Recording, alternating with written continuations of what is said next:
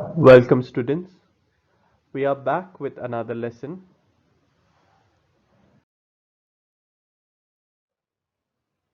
So in this topic we'll discuss here we'll state the new Cartesian sign conventions used for spherical mirrors, or I'll say we will state some rules which the ray of light has to follow while drawing the ray diagram for spherical mirrors.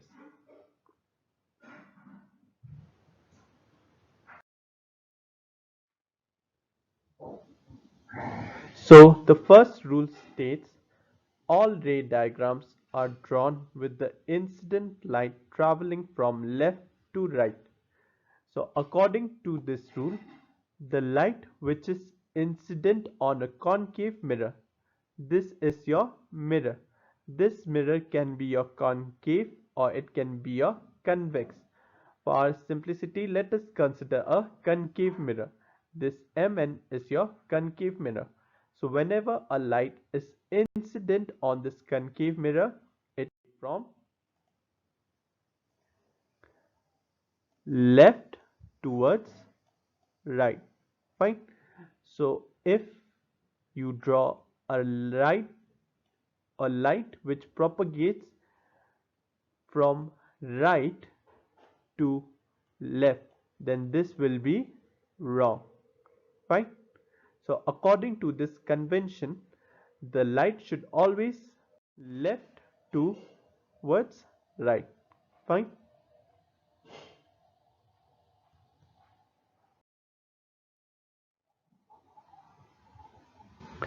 The second rule states all the distances are measured from the pole of the mirror.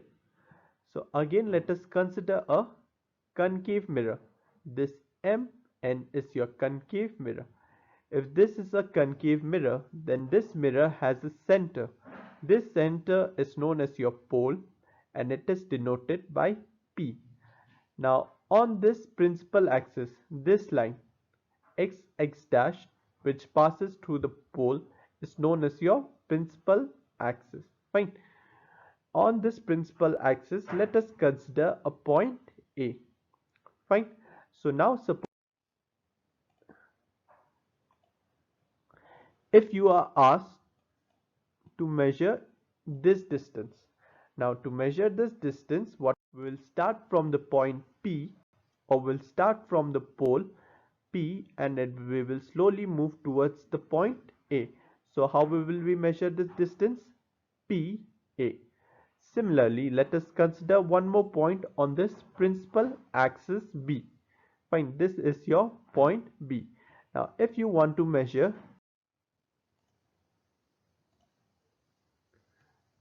this distance, then again you'll start from the pole and move towards the point B. So how will I write this distance? This distance will be written as PB. Fine.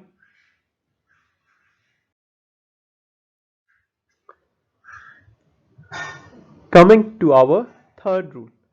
All the distances measured in the direction of the incident light are taken to be positive. So all the distances which are measured along the direction of the incident line. This is your direction of the light will propagate from left towards right. Fine. So all the distances which are measured from left towards right, or which are measured along the direction of the incident line, then those distances will be positive. So in our previous example, we considered a point B on the principal axis. Now, if you have to measure this, so how will this distance will be written as PB, and your distance along the direction of the incident light Therefore, the distance positive. Fine.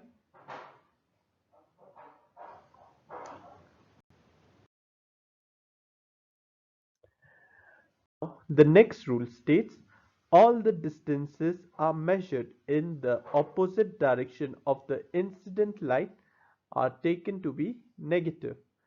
So, whenever you measure any distance which will be opposite towards the direction of the incident light, like in this case, this direction, the direction of this arrow is opposite towards is opposite to the direction of this arrow, which is the direction of the incident.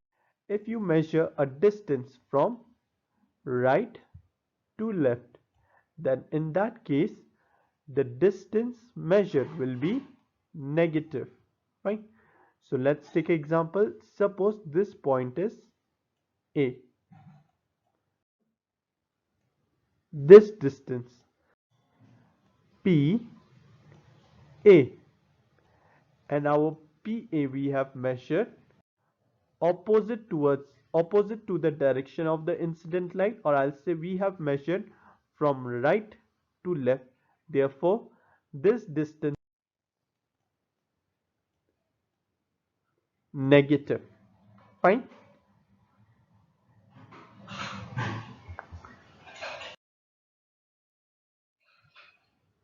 Coming to our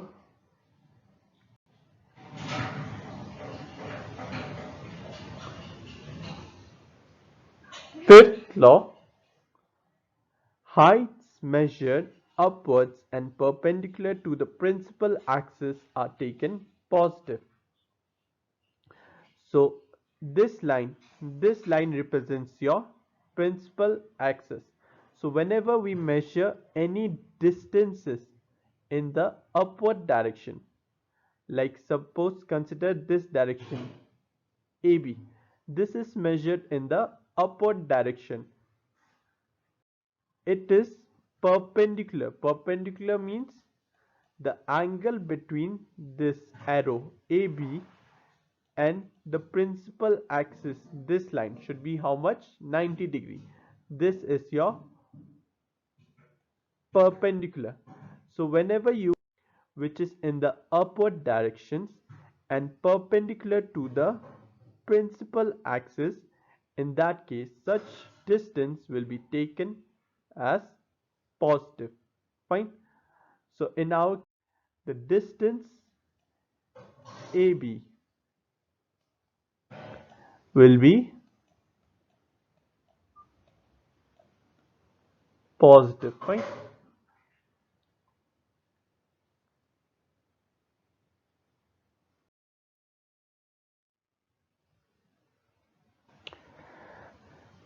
So the next, heights measured downwards and perpendicular to the principal axis are taken to be negative. Now let us consider this distance, your A dash B dash. This distance is measured in the downward direction and this is perpendicular to your principal axis. So in this case, the A dash B dash will be a negative quantity, fine, or a negative value.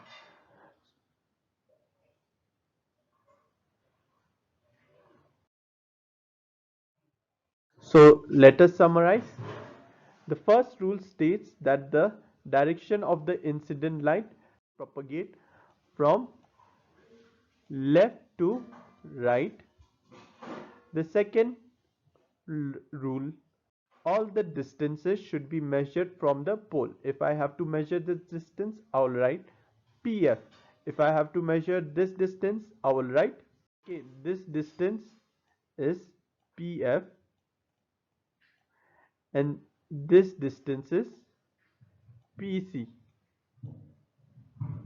This distance, fine.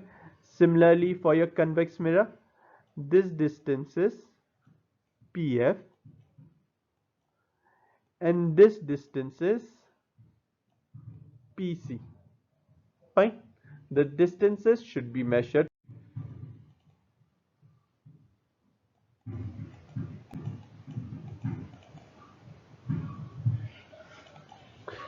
The next rule states that all the distances which are measured along the direction of the incident of light, which are measured from left to right, will be positive. All the distances which are measured in the direction opposite to the incident line, that means from right to left, will be negative. The fifth rule states all the distances which are measured in the upward direction and perpendicular to the principal axis will be positive. And the next rule states all the distances which are measured in the downward direction and perpendicular to the principal axis will be taken as negative. Fine. So let us consider your concave mirror. This is your concave mirror. Fine. Now, what will be your focal length? The distance between the pole and the focus. Focal length, which is denoted by small f. Fine. So in this case, we are measuring the distance from left to right or right to left. We are measuring from right to left. Okay, we are writing it as PF, or I'll say we are measuring it in the direction opposite to the incident line. So therefore, this distance should be negative. Fine. So if this distance PF is negative, that means the of the concave mirror, this distance is the focal length. The focal length of the concave mirror is always negative. Therefore, whenever you consider the focal length of a concave mirror, we will consider it as a negative value. Fine. Similarly, let us consider for a convex mirror.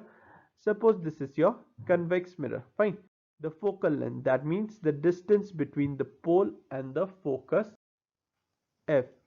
Now in this case, we are measuring the direction along the direction of the incident light, or I'll say we are measuring it from left to right. This PF, this distance PF is measured from left to right. Hence, this distance will be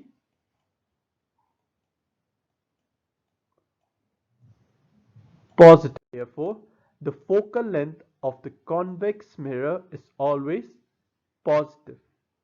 Okay, so these set of sign conventions are very important.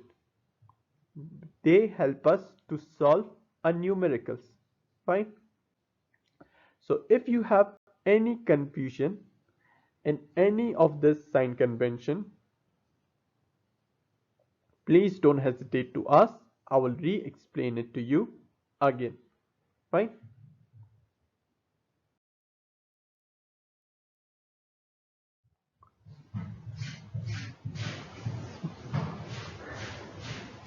And next we'll discuss the relation, the radius of curvature and the focal length. The radius of curvature, which is denoted by capital R, and the focal length, which is denoted by small f. Fine. Now your focal length small f is always half of your radius of curvature. Fine. So suppose this is your concave mirror. Fine. In this concave mirror, this point F is the focus, this point C is the center of curvature. Now, the distance between the pole, the center of this concave mirror, and the center of curvature C is known as your radius of curvature, and this distance denotes the radius of curvature. Fine. So according to this relation, the focal length, the distance between the pole and the focus, this distance. Fine. This distance is half of the radius of curvature, as you can clearly see from this picture. The same concept is applied for your concave mirror. Okay. So in case of concave mirror, if this is your secondary focus, okay, this F is your focus, this C is your center of curvature. In this case also, let us consider a point somewhere here. Okay, this is your focus, this is your primary focus, this point F is your primary focus, and this point F is your secondary focus. Okay, we will discuss about the primary focus and your secondary focus in your upcoming classes. Fine, for now you can just understand this F, the point which is denoted on the left side of your convex mirror. Okay, this is your primary focus, and the focus which is on the right side of your convex mirror is your secondary focus. Okay, so both of this point F and F, they are both from the pole. Fine. So according to this one, this distance is F, so as this distance. Okay, this distance will also be F. Okay, now let us consider a point somewhere here. Okay, this point is your center of curvature. Okay, don't get confused, this is also center of curvature, so as this one, this is also a center of curvature. Now according to this relation, the distance or the focal length will be half of radius of curvature. As you can clearly see, up till this distance it denotes the focal length, but radius of curvature is twice the distance of your focal length. So as on the right side, this distance F is half of this distance, radius of curvature. Fine. So instead of instead, you can only simply remember that your focal length F is equal to half of your radius of curvature. Fine. So if you have any confusion with this one, so you can ask. Fine. I will re-explain it to you again. Okay. So this numerical also, it's very helpful when we deal with numericals. Okay.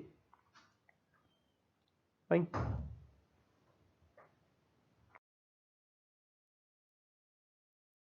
So that's it for today's class. Thank you. And if you have any confusion, please don't hesitate to ask.